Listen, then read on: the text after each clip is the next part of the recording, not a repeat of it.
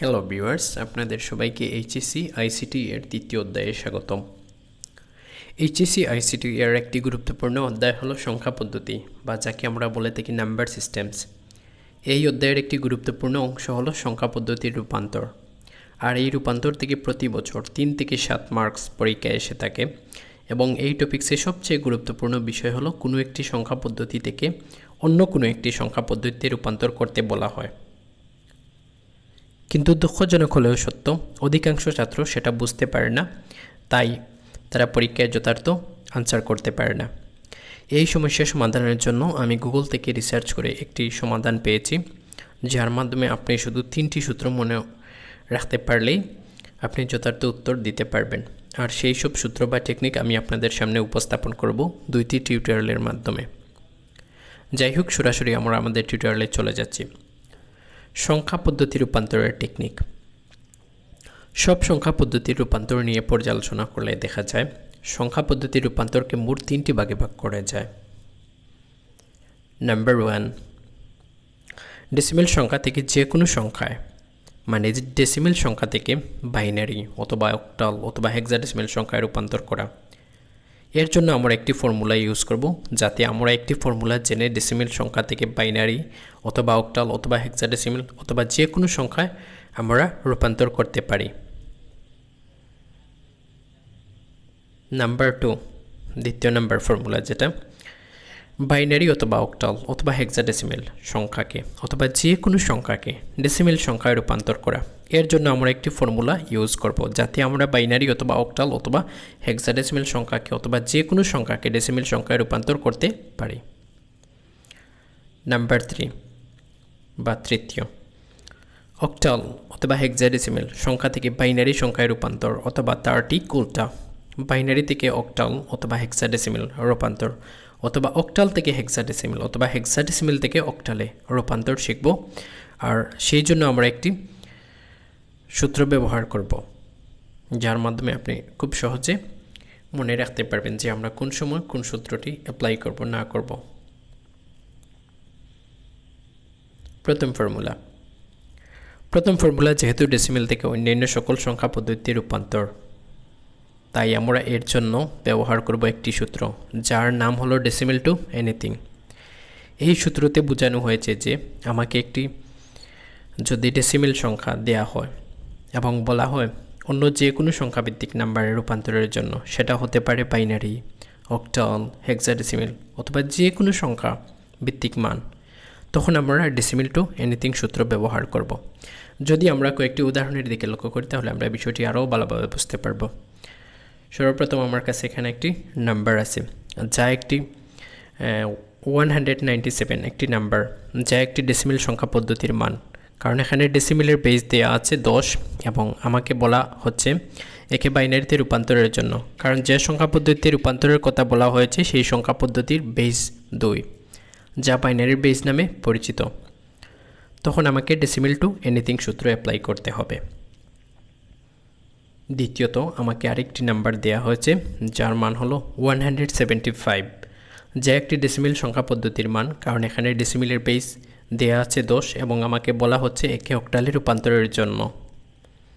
কারণ যে সংখ্যা পদ্ধতির রূপান্তরের কথা বলা হয়েছে সেই সংখ্যা পদ্ধতির বেস দেওয়া আছে 8, যা অক্টালের বেস নামে পরিচিত। তখন আমাকে ডেসিমেল টু এনিথিং সূত্র অ্যাপ্লাই করতে হবে।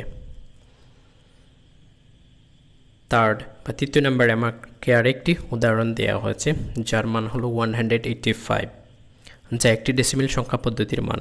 কারণ এখানেও ডেসিমেলের বেস দেওয়া আছে 10 এবং আমাকে বলা হচ্ছে যে একে হেক্সাডেসিমেল সংখ্যায় রূপান্তরের জন্য। কারণ যে সংখ্যা পদ্ধতির রূপান্তরের কথা বলা হয়েছে সেই সংখ্যা পদ্ধতির বেস দেওয়া আছে 16, যা হেক্সাডেসিমেলের বেস নামে পরিচিত। তখন আমাকে ডেসিমেল টু এনিথিং সূত্র অ্যাপ্লাই করতে হবে।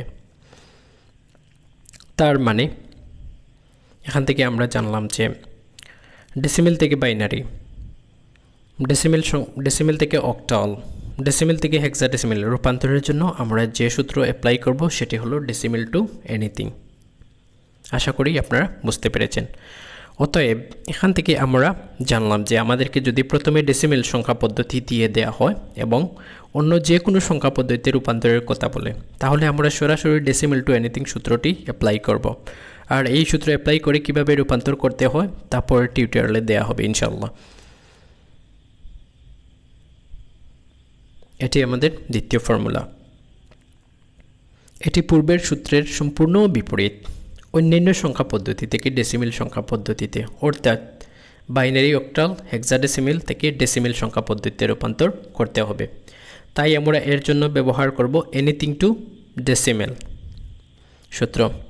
এই সূত্রতে বোঝানো হয়েছে যে আমাকে যদি অন্যান্য সংখ্যা পদ্ধতির মান দেয়া হয়, অর্থাৎ বাইনারি অথবা অক্টাল অথবা হেক্সাডেসিমেল সংখ্যা পদ্ধতির মান দেয়া হয় এবং বলা হয় ডেসিমেল সংখ্যা পদ্ধতিতে রূপান্তরের জন্য, তখন আমরা এনিথিং টু ডেসিমেল সূত্র ব্যবহার করব। এই সূত্রটি পূর্বের সূত্রের সম্পূর্ণ উল্টা। উদাহরণস্বরূপ আমার কাছে এখানে কয়েকটি নাম্বার দেয়া আছে। প্রথম নাম্বার দেয়া আছে 101011, যা একটি বাইনারি সংখ্যা পদ্ধতির মান। কারণ বাইনারি সংখ্যা পদ্ধতির বেস 2 এবং আমাকে বলা হচ্ছে এই বাইনারি সংখ্যাকে ডেসিমেল সংখ্যায় রূপান্তরের জন্য। তার মানে আমি অন্যান্য সংখ্যাকে অর্থাৎ বাইনারিকে ডেসিমেল সংখ্যায় রূপান্তর করব। তাই সূত্র অ্যাপ্লাই করব এনিথিং টু ডেসিমেল। তারপর 176, এটি একটি অক্টাল সংখ্যা পদ্ধতির মান। কারণ অক্টাল সংখ্যা পদ্ধতির বেস 8 এবং আমাকে বলা হচ্ছে এই অক্টাল সংখ্যাকে ডেসিমেল সংখ্যায় রূপান্তরের জন্য। তার মানে আমি অন্যান্য সংখ্যাকে অর্থাৎ অক্টালকে ডেসিমেল সংখ্যায় রূপান্তর করব। তাই সূত্র অ্যাপ্লাই করব এনিথিং টু ডেসিমেল। আরেকটি উদাহরণ দেওয়া আছে 1AB, যা একটি হেক্সাডেসিমেল সংখ্যা পদ্ধতির মান। কারণ হেক্সাডেসিমেল সংখ্যা পদ্ধতির বেস 16 এবং আমাকে বলা হচ্ছে এই হেক্সাডেসিমেল সংখ্যাকে ডেসিমেল সংখ্যায় রূপান্তরের জন্য। তার মানে আমি অন্যান্য সংখ্যাকে অর্থাৎ হেক্সাডেসিমেল সংখ্যাকে ডেসিমেল সংখ্যায় রূপান্তর করব। তাই সূত্রে অ্যাপ্লাই করব এনিথিং টু ডেসিমেল। তার মানে বাইনারি সংখ্যাকে ডেসিমেল সংখ্যায় রূপান্তর, অক্টাল সংখ্যাকে ডেসিমেল সংখ্যায় রূপান্তর, হেক্সাডেসিমেল সংখ্যাকে ডেসিমেল সংখ্যায় রূপান্তর, বা এই রূপান্তরের জন্য আমরা অ্যাপ্লাই করব এনিথিং টু ডেসিমেল সূত্র। অতএব এখান থেকে আমরা জানলাম যে আমাদেরকে যদি প্রথমে বাইনারি অথবা অক্টাল অথবা হেক্সাডেসিমেল সংখ্যা পদ্ধতির মান দিয়ে দেওয়া হয় এবং ডেসিমেল সংখ্যা পদ্ধতিতে রূপান্তরের কথা বলে, তাহলে আমরা সরাসরি এনিথিং টু ডেসিমেল সূত্রটি অ্যাপ্লাই করব। আর এই সূত্র অ্যাপ্লাই করে কিভাবে রূপান্তর করব তা পরের টিউটোরিয়ালে দেওয়া হবে। এটি হলো আমাদের তৃতীয় ফর্মুলা। এই ফর্মুলায় আমরা অক্টাল থেকে বাইনারি, হেক্সাডেসিমেল থেকে বাইনারি অথবা ঠিক তার উল্টা বাইনারি থেকে অক্টাল অথবা বাইনারি থেকে হেক্সাডেসিমেল অথবা হতে পারে অক্টাল থেকে হেক্সাডেসিমেল, হেক্সাডেসিমেল থেকে অক্টাল, এই রূপান্তর করব।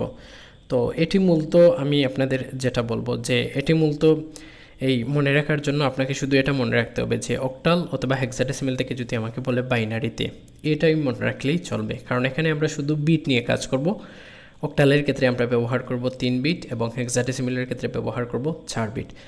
এই দুইটি জিনিসই মনে রাখলে চলবে। মানে আমরা যদি যে কোনো কিছু যে এই যে এনিথিং টু ডেসিমেল অথবা ডেসিমেল টু এনিথিং, এই সূত্রের বাহিরে আমরা যা কিছুই পাবো সব কিছুই আমরা এই যে 3 বিট আর 4 বিটে রূপান্তর করে আমরা কনভার্ট করতে পারবো।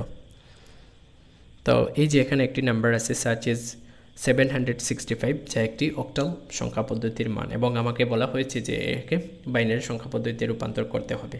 তার মানে আমরা এই যে সংখ্যা পদ্ধতি যেটা আছে যে অক্টাল সংখ্যা পদ্ধতিকে বাইনারি সংখ্যা পদ্ধতিতে রূপান্তর করতে হবে, তার মানে এখানে আমাকে এই সূত্রটি অ্যাপ্লাই করতে হবে। এবং এই সূত্র আমরা যখন অ্যাপ্লাই করব তখন আমরা দেখব যে অক্টাল থেকে আমরা বাইনারিতে যাওয়ার জন্য 7-এর জন্য 3 বিট, 6-এর জন্য 3 বিট, 5-এর জন্য 3 বিট করে আমরা সরাসরি বাইনারিতে চলে যাব।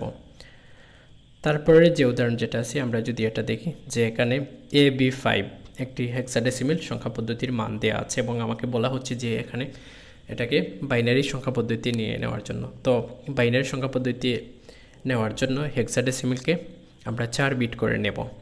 4 বিট, A কে 4 বিট, B কে 4 বিট, 5 কে 4 বিট, এভাবে। তারপর দেয়া আছে যে আমাকে একটি বাইনারি সংখ্যা পদ্ধতির মান দেওয়া আছে, বলা হচ্ছে যে আমাকে অক্টালে নিতে হবে। তো এই ক্ষেত্রে আমাকে কি করতে হবে, 3 বিট করে নিতে হবে। আমরা পূর্বে যে আমাদের ডিজিট যেগুলো আছে এগুলোকে 3 বিট করে নিয়েছি, তো এখানেও আমাকে 3 বিট করে নিতে হবে, সাচ এজ 011 3 বিট, 101 3 বিট, এভাবে।